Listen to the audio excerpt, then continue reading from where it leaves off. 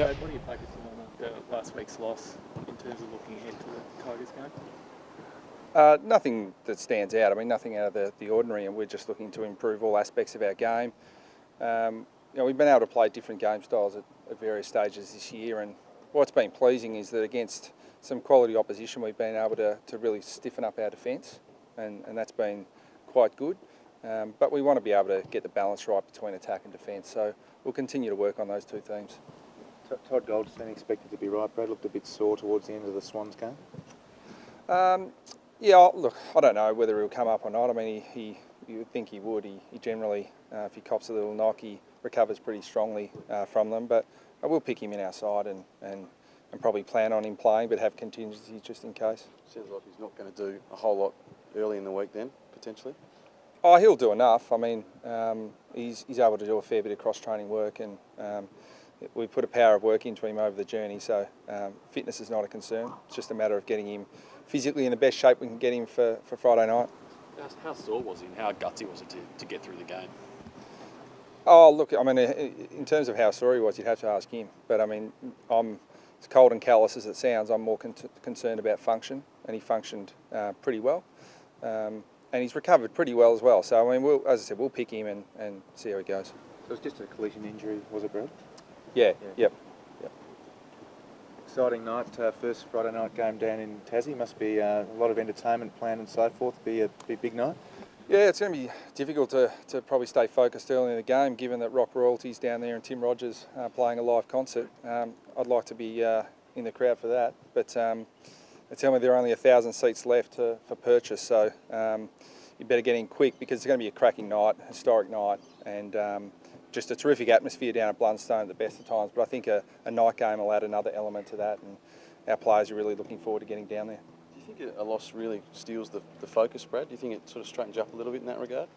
Probably does. I mean, the fact that when you're undefeated, there's only probably one way you can go, because you keep winning, it just keeps rolling on. But sometimes it does take a loss to narrow the focus a little bit, even though we've had a really strong focus as a coaching group to make sure that we thoroughly analyse every game, because we haven't been just absolutely outstanding for 4 quarters of every single win.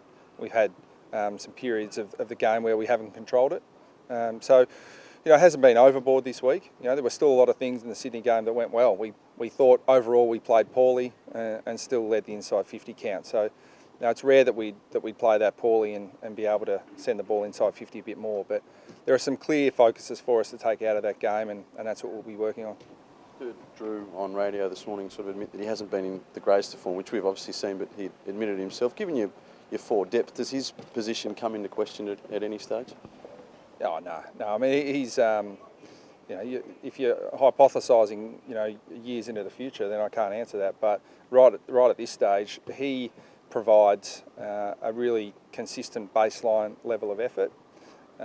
We've always said with our forward structure that it's about the unit itself, and as long as the unit's functioning quite well, then we're not concerned about individual performances within that. And Drew gives us that baseline defensive effort that is unrivalled in the competition. So while he's doing that, he still plays a really important role for us. And with forwards, it's often just a matter of time until the ball falls their way. And Drew's doing a power of work. He's got all his capability, and he's still a very, very important part of our forward mix, and he's going to be a really important part of our mix this weekend. Are the Tigers a different proposition than perhaps they were a month ago? I'm not sure. I haven't. It's hard to compare what they were a month ago, given the opposition they played and the personnel that was available to them.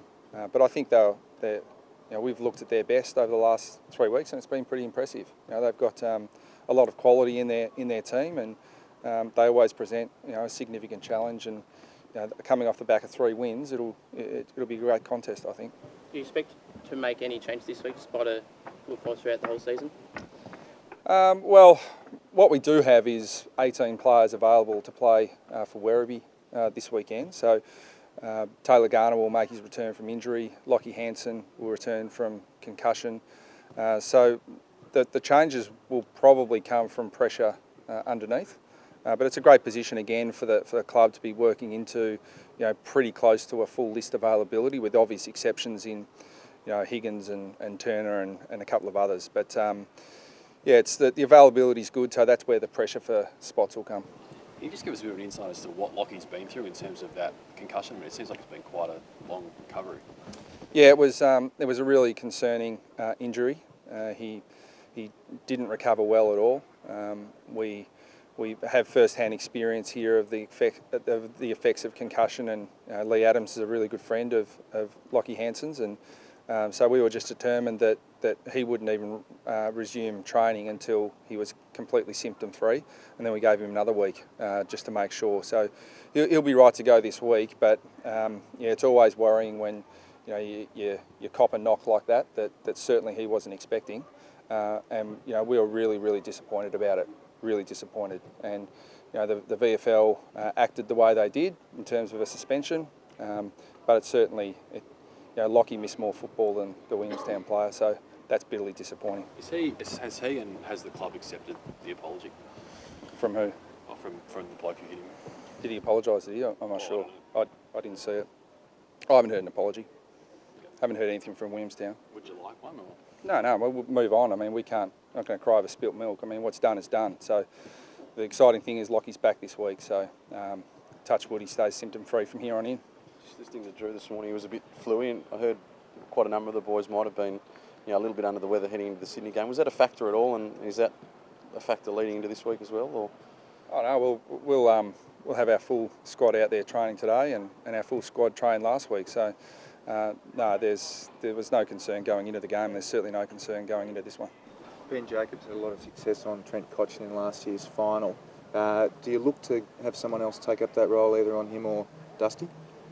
Yeah, well, I think it's probably making the decision as to who's Richmond's most influential player at the moment, and that's a matter of a fair bit of debate. They've got a lot of players who are playing really good footy, but we've got options to play that role, and more than one too. So we'll just look at the best mix and debate it over the coming days, and then make that decision.